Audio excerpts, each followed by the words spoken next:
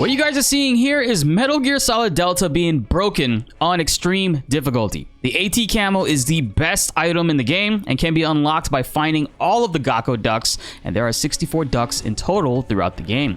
What you need to do is track them down, shoot all of them. They're located in each stage that you go through.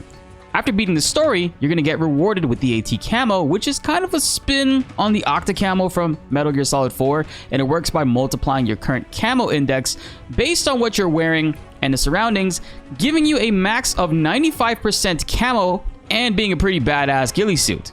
On extreme difficulty, enemies are no joke. They're able to spot you almost immediately from long distances as soon as you enter stages, but with the AT camo and being at 95%, you can simply crawl in front or around enemies at no problem. Even if you're crouch walking, you can get upwards of 85% camo while moving, making it very easy to zip past enemies.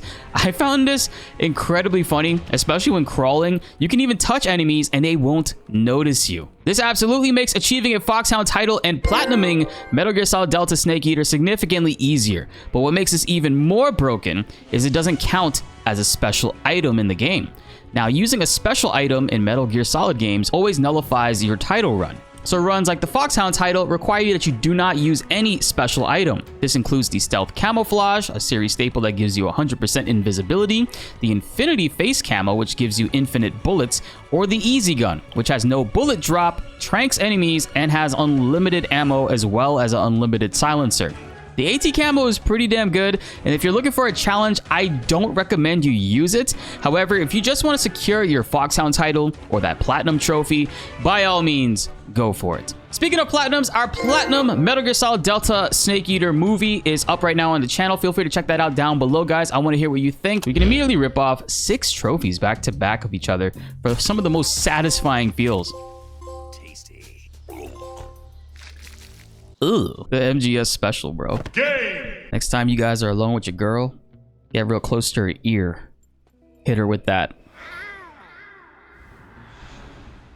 We're going to be doing a platinum video like this for all of our major games that we play on the channel. Check it out in the description and pinned in the comments. I want to hear what you guys think. On extreme mode, one of the first big obstacles that you will run into, and most people collectively do, is the pain. However, he can be beaten pretty easily with smoke grenades, especially on a New Game Plus file if you have the grenade camo unlocked, which gives you unlimited grenades of any kind to use. You can toss smoke at him, which will nullify his B armor. Stun grenades work just fine too, but the major issue with stuns, you'll often, if you're not careful, get blinded by them too if you don't turn Snake around fast enough.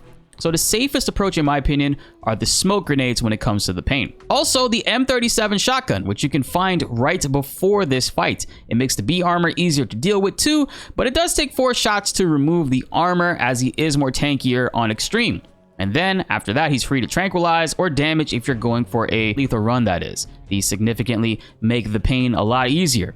But keep in mind, on a whole new game run on extreme, you won't have the grenade camo, so this can be a little bit harder on that front. So you have to take your time and use the shotgun to be efficient with your limited grenades. Special thank you to Hero Games for sponsoring this video. Duet Night Abyss is a hybrid action RPG that completely is free to play, releasing on October 28th. Duet Night Abyss is a dual narrative fantasy action RPG centered on intense and satisfying hybrid combat. At its core is a system built around class-free weapon switching and high mobility battles, all set within the world of Demonkin, being seen through 2 different perspectives. Players can freely switch between melee and range weapons to take down overwhelming enemy hordes in style. With complete traversal freedom, you can soar, dash, and slash through vertically layered battlefields. You can play as 2 different protagonists from very different backgrounds, each embarking on a dual-threaded journey. But now this anime game actually removed the gacha forever. No, they're not joking. This game has completely removed all banners and are allowing us to play with no restrictions, letting us unlock whichever characters we want and unlock and upgrade weapons however we want. Because also, all weapon banners have been removed, letting you be able to grind and forge whichever ones that you want. This is completely shaking up the gacha game system by becoming the first of its kind to go completely free to play. The developers have been listening to player feedback and believe that these changes overall are their main focus for increasing player experience and respecting players' time. The only paid elements for this game will be cosmetics and accessories that have no effect on gameplay whatsoever. completely removing any and all pay-to-win elements. You can pre-register right now using our link down below and in the description, so you can get ready because October 28th is the global release of Duet Night Abyss. Click the link below this video to pre-register for this game right now, and I hope to see you all there.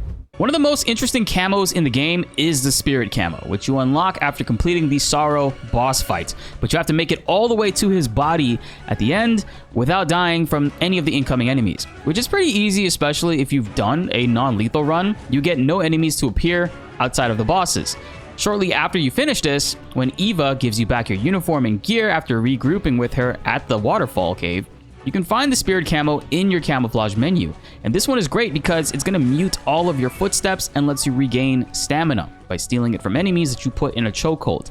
And for even more fun, if you have the stealth camouflage item from a previous playthrough, either from collecting all 64 carrots and frogs or completing the game without being alerted, and you don't care about nullifying special items runs, you can actually combine the Spirit camo and the stealth camouflage to create a 100% amount of stealth for the most amount of fun. This way, enemies cannot hear Snake's footsteps, and eliminating you needing to actually use the stock button completely. The Spirit camo also plays a key factor in the end boss fight.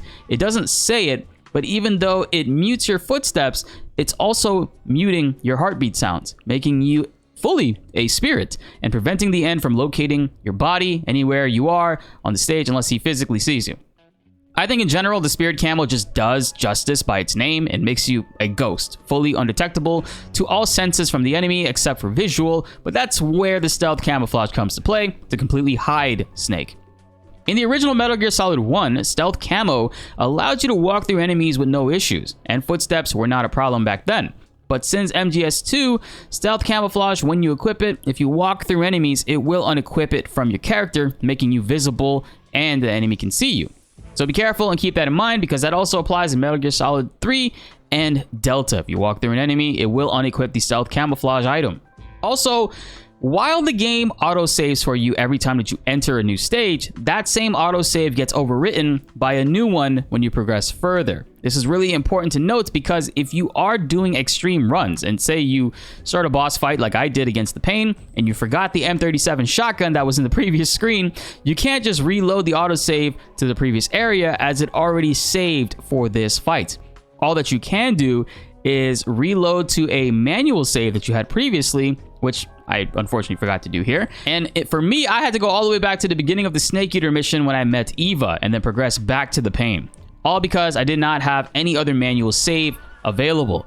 So while autosaves do happen, it's important to create manual saves yourself at the screens before boss fights. But another great tip as well that can help alleviate some annoyance is that whenever you start a boss fight, you might not have the right equipment or camo on that you're going to need for this fight. So you're going to find yourself at every single restart of the fight having to reapply everything from the menu and camo system non-stop, especially if you're trying to go for a zero continue run. It's annoying, especially when you start off a fight poisoned, like against the Fear. The best thing that you have to do right now is correctly apply all of your changes, your camos that you need, the backpack equipment, maybe some new weapons, heal yourself via the cure and all that, and then after that, before you start the boss fight, make sure you go in and you save the game manually on a new file. This will make it so that every time that you reset when you die, you can reload this save file to not only get rid of your continues, and instead of using the autosave, you